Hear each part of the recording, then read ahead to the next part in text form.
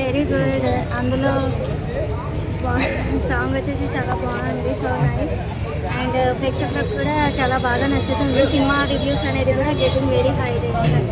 అయితే శంకర్ డైరెక్షన్ లో రాబోతుంది ఈ సినిమా. శంకర్ డైరెక్షన్ అంటే ఏ విధంగా ఉంటుందో అందరికీ తెలుసు.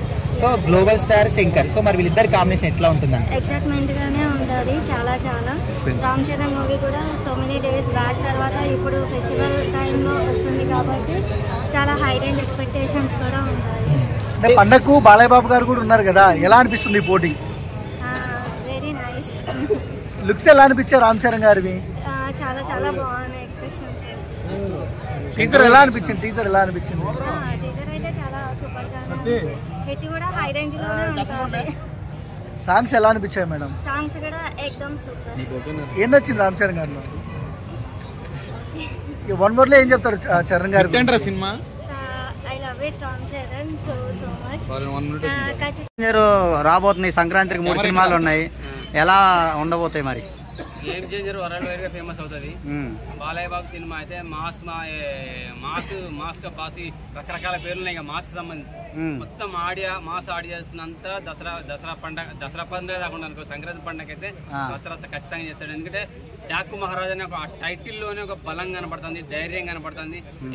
ఎదురుగా 10 మంది ఉన్నా సరే సింహం లాగా వెళ్ళి మీద పడాలనే ధైర్యం వస్తుంది అనమాట.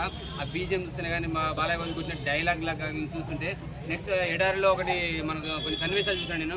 ఎడారిలో అమ్మవారి పూజ ఏదో జరుగుతున్నట్టు కనపడుతుంది. సో అక్కడ ఏదన్నా నరకుడు కోత ఉండొచ్చు, మస్తు అనిపిస్తుంది. ఇసుకలో చూపించడము, ఆ ప్రజ్ఞ ఉన్నది హీరోయిన్ మన వరుణ్ తేజ్తో చేసింది. సో అమ్మాయి కూడా ఉన్నదంటే ఒక సెంటిమెంటల్ డ్రామా కూడా వెళ్తున్నట్టున్నది. సో మళ్ళీ దీనికి డైరెక్టర్ బాబీ గారి గురించి మనకు తెలిసిందే, రచ్చ అయితే ఖచ్చితంగా చేయబోతున్నాడు. ఆ తర్వాత ఆపిక ఈ 2 సినిమాలు చూసుకున్న తర్వాత సంక్రాంతికి మేము వస్తున్నామని చెప్పేసి వెంకీమామ వస్తున్నాడు. మనకు ఇంట్లో ఇల్లాలు ఒంటిలో ప్రియురాలు చూసి ఎంత హ్యాపీగా ఫీల్ అయ్యారో ఒకప్పుడు. ఫ్యామిలీ ఆడియన్స్ ఖచ్చితంగా ఫ్యామిలీ ఆడియన్స్ కూర్చోబెట్టే సత్తా ఉంది. నాకు తెలిసి సినిమా అభిమాని ఎవడైనా ఉంటే ఖచ్చితంగా వారం రోజులు థియేటర్ దగ్గరనే పండుకుంటాడు. ఎందుకంటే డే బై డే ఒక సినిమాలని. సో సంక్రాంతి పండుగ ఒక రోజు 2 రోజులు 3 రోజులు పోయేది కాదు, 1 వీక్ ఖచ్చితంగా సంక్రాంతి పండుగ స్టార్ట్ అవబోతుంది అనమాట 2025లో. 3 సినిమాలతో మళ్ళీ ఒక్కసారి 2025లో ప్రపంచవ్యాప్తంగా తెలుగు సినిమా అంటే ఏంటి, ఇండియన్ సినిమా అంటే ఏంటో తెలుగు సినిమా అని నిరూపించబోతుంది. బాలీవుడ్ ఈసారి కూడా 2025లో కూడా బాలీవుడ్ పక్క బొక్క పొరలో పడుతుంది. ఇదే క్లియర్. ఓకే, 3 సినిమాల్లో గేమ్ చేంజర్ పై చాలా ఎక్స్పెక్టేషన్స్ ఉన్నాయి కదా, ఎలా చూస్తారు మరి? ఖచ్చితంగా ఎక్స్పెక్టేషన్స్ ఉన్నాయి, రీచ్ అవ్వాలని కోరుకుంటున్నాను. ఎందుకంటే శంకర్ సినిమా లాస్ట్ సినిమా కొంచెం ఫ్లాప్ తో మైనస్ లో ఉండటం వల్ల ఆ ఎఫెక్ట్ ఏమైనా పడతదేమో అని చాలా మంది అనుకుంటున్నారు. ఆ ఛాన్స్ ఉండకపోవచ్చు అనుకుంటున్నాను నేను, ఎందుకంటే ఆడ దిల్ రాజు ప్రొడ్యూసర్ కాబట్టి. సో రామ్ చరణ్ కి రాజమౌళి తర్వాత ఫ్లాప్ వస్తున్నాయి కదా, ప్రతి ఒక్కరికి వస్తుంది ఏమంటారు కదా. అది ఆచర్యతో కొంచెం మైనస్, ఆ బ్రేక్ అనేది ఖచ్చితంగా వెళ్ళిపోతుందేమో. ఖచ్చితంగా ఈ సినిమా గేమ్ చేంజర్తో ఖచ్చితంగా మళ్ళీ ఒకసారి తన స్థాయి అంటే RRR రేంజ్లో కాకపోయినా దాన్ని టచ్ చేసే లెవెల్కి అయితే వెళ్తాడు.